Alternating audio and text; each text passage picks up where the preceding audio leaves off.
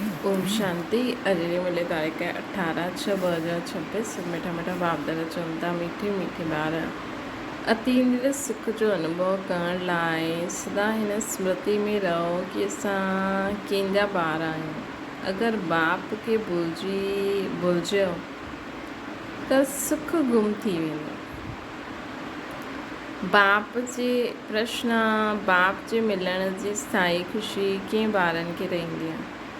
उतरा जंहिं ॿारनि हिक सां पंहिंजो सर्व संबंध जोड़िया आहिनि, जो हिकु बाप जी यादि में रहण जी ही महिनत कंदा आहिनि, कंहिं देहदारी खे यादि न कंदा आहिनि, उन्हनि खे स्थाई ख़ुशी रहंदी आहे। अगरि देहदारियुनि जी यादि आहे त ॾाढो रोइणो पवंदो आहे। विश्व जो मालिक ठहिण वारा कॾहिं रोईंदा न आहिनि। गीता बचपन जा ॾींहं भुलाए न ॾियो। ओम शांति। बाप चईंदा आहिनि मिठी मिठी ॿार असां बेहद जे बाप जा ॿार आहियूं। ये भुलिजो न।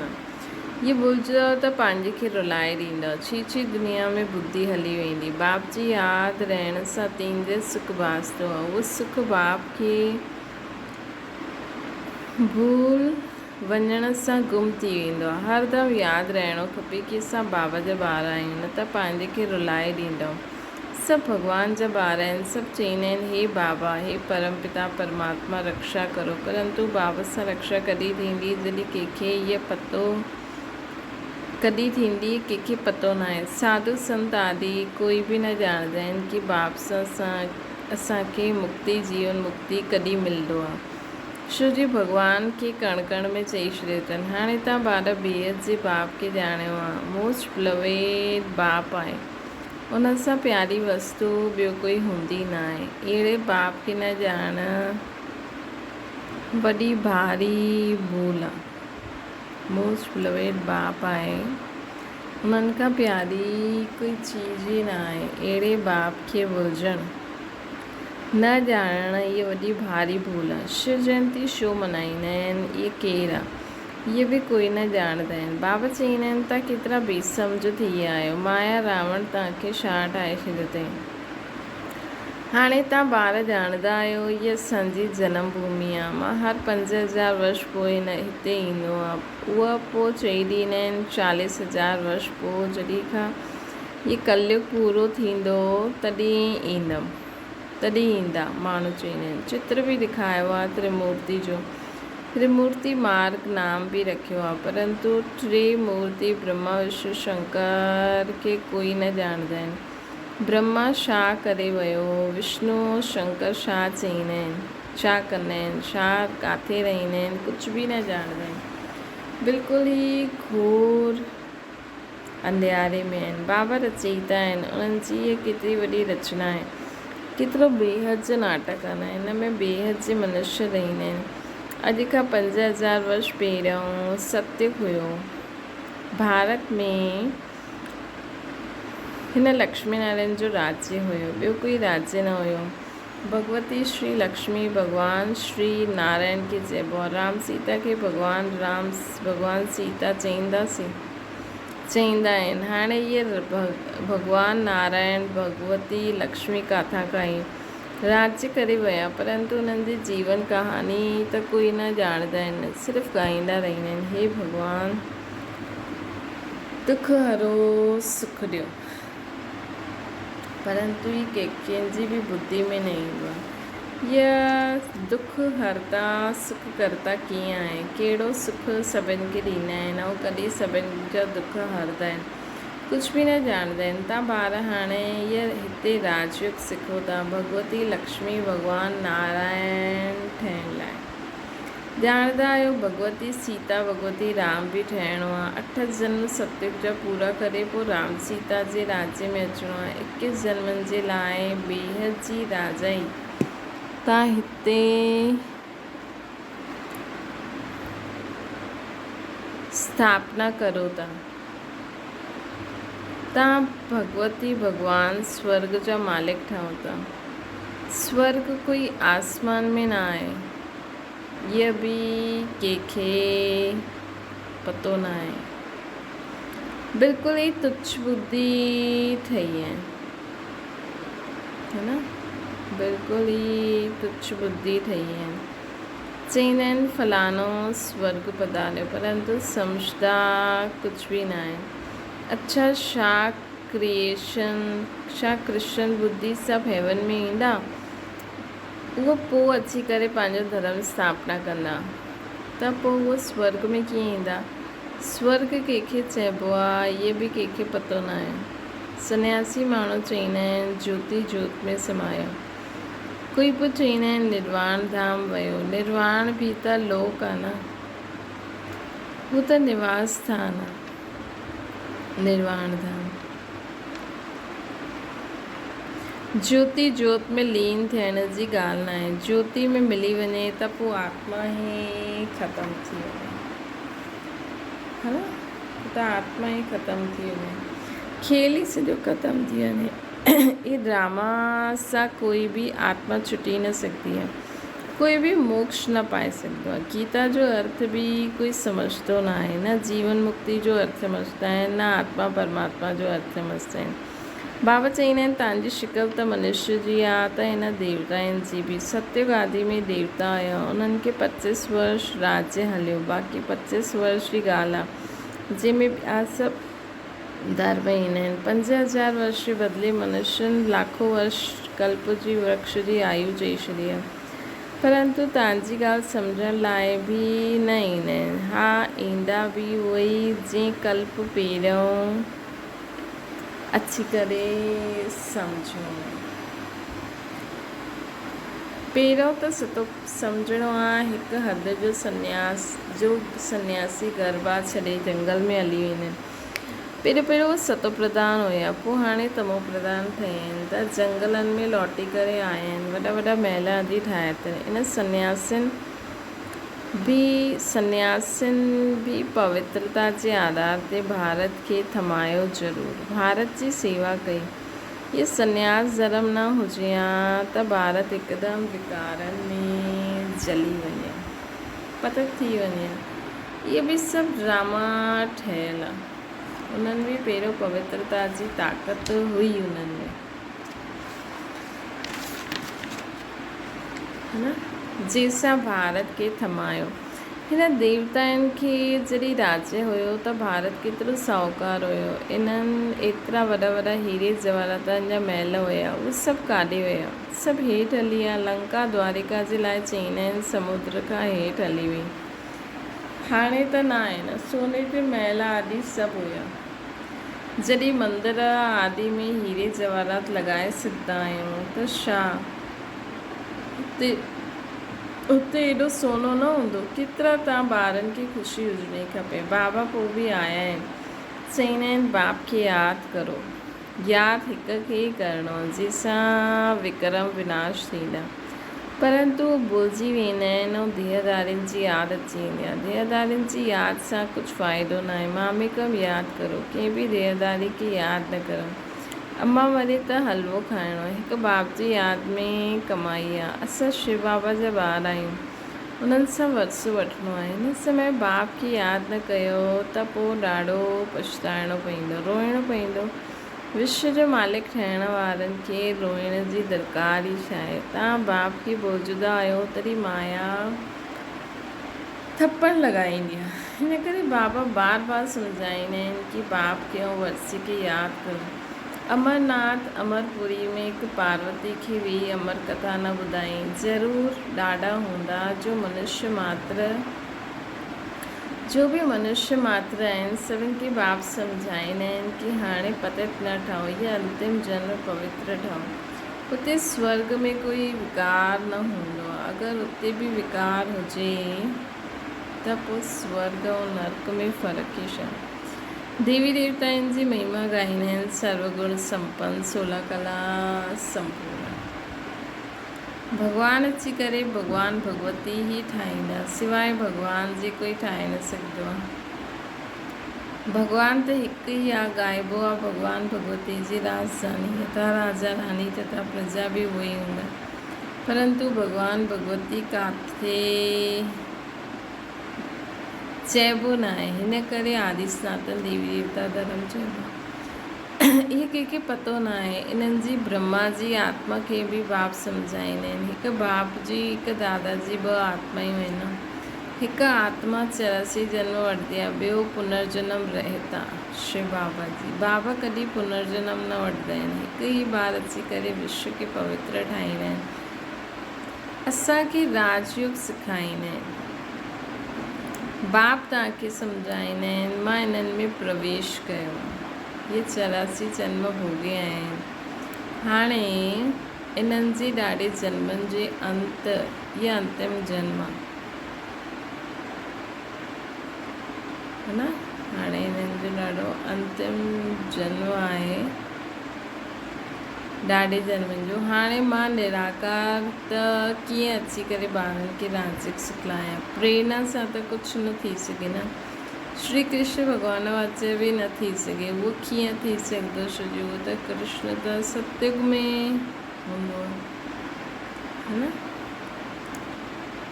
त कृष्ण कीअं सिखलाए सघंदो, उहो कीअं अची सघंदो। इहे त आहे ई, सो त आहे ई सतयुग जो प्रिंस। 16 कला संपूर्ण। पोइ त्रेता में हूंदा 14 कला। पोइ द्वापर में श्री कृष्ण खे छो वठी आया, हुनजी आत्मा हूंदी आहे। उन्हनि खे पहिरियों अचिणो खपे। बाबा सम्झाईंदा आहिनि पहिरियों बाप खे यादि करो, न त माया हिकदमि थप्पड़ मारे छॾी। छुई मुई जो हिकु झाड़ हूंदो आहे न, हथु लॻाए त मुरझाइजी वेंदो आहे। तव्हांजो बि अहिड़ो ई हाल थी वेंदो आहे। बाबा खे यादि न कंदव,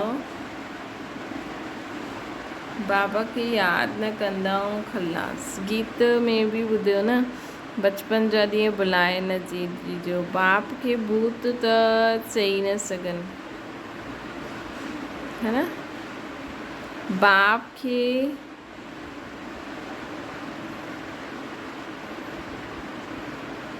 बाबा चवनि था, बाप खे भुलिजी करे किथे न किथे चोट लॻी वेंदी। बाप चवंदा आहिनि तव्हां असांजा ॿार आहियो, हीउ शरीर बि तव्हांजो विख सां पैदाइश आहे। उहे हिननि जी लौकिक माउ बाप आहिनि जंहिं शरीर ॾिनो।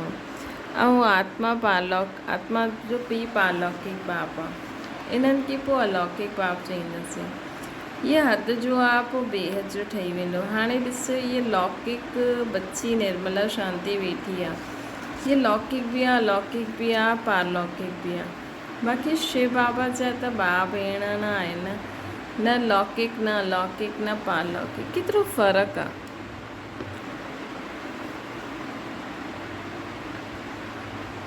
है न। केतिरो फ़र्क़ु आहे। हिकु बाप जो ठहिणु मासी जो घर न आहे। अहिड़े बाप सां संबंध जोड़णु टाइम लॻंदो आहे। शिव बाबा जी यादि में रहण में महिनत आहे। कई 50 वर्ष में रहण वारा बि सॼो ॾींहुं शिव बाबा खे यादि न कंदा आहिनि। अहिड़ा बि आहिनि। ऐं सभिनि खे भुलिजी हिकु बाप खे यादि करे ॾाढी महिनत आहे। कोई 1% यादि कंदा आहिनि, कोई 2% यादि कंदा आहिनि, कोई 0.5% बि मुश्किल यादि कंदा आहिनि। इहा वॾी भारी मंज़िल आहे। त बाप सम्झाईंदा आहिनि बचपन खे न भुलिजणो आहे। बाप सां स्वर्ग जो वरसो मिलंदो आहे। बाप खे ॼाणंदा आहियो असां। बाबा चवनि था त सिर्फ़ु इहा ॾाढी भारी मंज़िल आहे। कोई 1% यादि कंदो आहे, कोई 2, कोई 3। त हिन करे बचपन जा ॾींहं भुलाए न छॾिजो। बाबा सां स्वर्ग जो वरसो मिलंदो आहे। तव्हां ॼाणंदा आहियो असां जीते जी मरी करे बाप जो टिकरे ठहिया आहियूं नई दुनिया में वञण लाइ। त तव्हां स्थाई ख़ुशी रहणी खपे। ओहो असां डबल सितार ठहींदासीं। मनुष्य थोरी ॼाणंदा आहिनि कि सतयुग में न देवता आहिनि कि 16 कला संपूर्ण ऐं 14 कला संपूर्ण छो चईंदा आहिनि। कुझु बि न ॼाणंदा आहिनि। इहे भक्ति मार्ग जो शास्त्र आदि पोइ बि ठहींदा। इहा हठ योग तीर्थ यात्रा आदि सभु पोइ बि थींदा। परंतु हिन सां छा थींदो? छा हेवन में वेंदा? न, ॾाढा रिधी सिधी सिद्धि सां कमु कंदा आहिनि। रिद्धि सिद्धि वारा ॾाढा आहिनि। हज़ारों मनुष्य उन्हनि जे पिछाड़ी पईंदा रहंदा आहिनि। रिद्धि सिद्धि सां ॾाढी घड़ियूं आदि चीजूं कढंदा आहिनि। इहे थोरी सम्झंदा आहिनि कि अल्पकाल जे लाइ इहे सभु आहे। इन में ॾाढी महिनत करणी पवंदी आहे। इहे रिद्धि सिद्धि आदि सिखण जी किताबियूं हूंदियूं आहिनि। केतिरे लाखों मनुष्य उन जे पुठियां पईंदा आहिनि। तव्हां ॿार ॼाणंदा असांखे बाब सां स्वर्ग जो वरसो मिलंदो आहे। इन अखियुनि सां जो कुझु ॾिसंदा आहियो उहो न रहंदो। बाबा सम्झाईंदा आहिनि तव्हां अशरीरी आया आहियो, पोइ शरीर सां गॾु पाठ वॼायो। अगरि 84 लख जो हिसाबु किताबु ॿुधायो त 12 मास लॻी वञे। इहे थी न सघंदो आहे। 84 जन्मनि जो हिसाबु किताबु ॿुधाइणु त बिल्कुलु सहज आहे।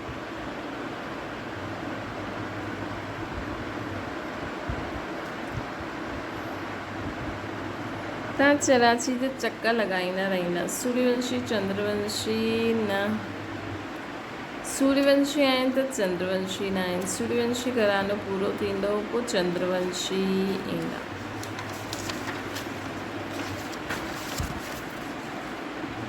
हाणे तव्हां ॼाणंदा आहियो असां ब्रह्मणवंशी पोइ देवतावंशी ठहिणो आहे। इन करे असां पढ़ाई पढ़ूं त पोइ सीढ़ी हेठि उतरंदा वैश्य शूद्रवंशी ठहींदा आहियूं।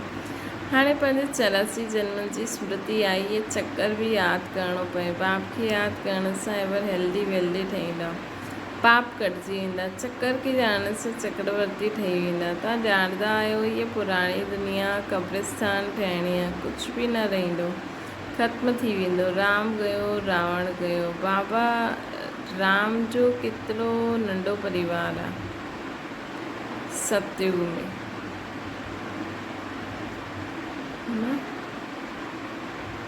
ऐं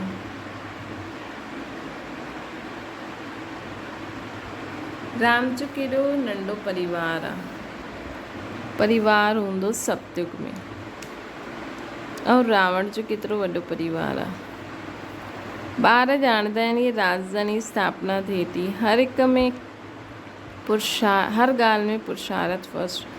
बाप पुरुषार्थ कराईंदा आहिनि। ॿार मूंखे यादि करो। जंहिं बाप जे आधार ते स्वर्ग जी बादशाही मिलंदी आहे।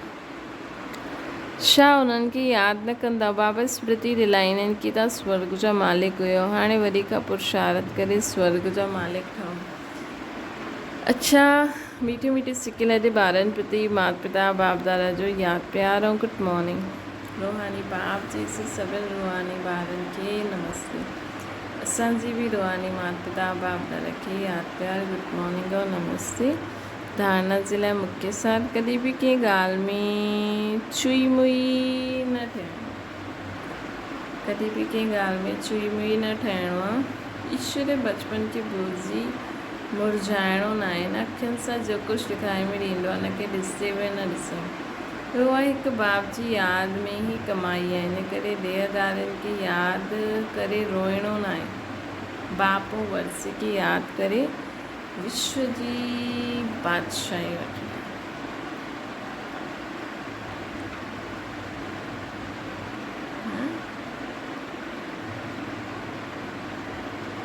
बाप ऐं वर्से खे यादि करे विश्व जी बादशाही वठणी।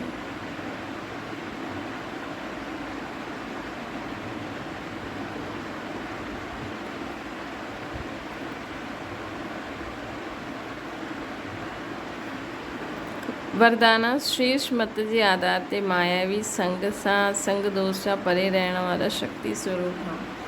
ॿारनि जी हिकु कंप्लेन रहंदी आहे कि संबंधी न ॿुधंदा आहिनि, संग सुठो न आहे, इन कारण शक्तिशाली न ठही सघंदा आहियूं। लेकिन श्रेष्ठ मत जे आधार ते ज्ञान स्वरूप शक्ति स्वरूप जे वरदानी ठही पंहिंजी स्थिति खे अचणु ठाहियो। साक्षी थी करे हर हिकु जो पाठ ॾिसो। पंहिंजी सतोगुणी पाठ में स्थित रहो। सदा बाप जे संग रहो त तमोगुणी आत्मा जे संग जे रंग जो प्रभाव न पवंदो। स्लोगन आहे कर्म योगी उहो आहे जो कर्म जे कल्प वृक्ष जी डाली ते वेही कर्म कंदे बि उपराम स्थिति रहे। अव्यक्त दिशा जे कोई जी विशेष नेचर हूंदी आहे उन नेचर जे वश न चाहींदे बि हलंदा रहंदा आहिनि। चईंदा आहिनि चाहींदा न आहियूं लेकिन मुंहिंजी इहा नेचर आहे। ईअं तव्हां ॿारनि जी सरल नेचर हुजे जो सभिनि खे अनुभव थिए कि सहज योगी सुत योगी आहे। छा करूं कीअं करूं योग लॻायूं इहे ॻाल्हियूं ख़तमु। आयो ही सहज योगी अर्थात योगी। हिन ॻाल्हियुनि खे नेचर ऐं नेचुरल करण सां सभी सब्जेक्ट में परफेक्ट थी वेंदो। अच्छा, ओम शांति। बाबा खे यादि करो।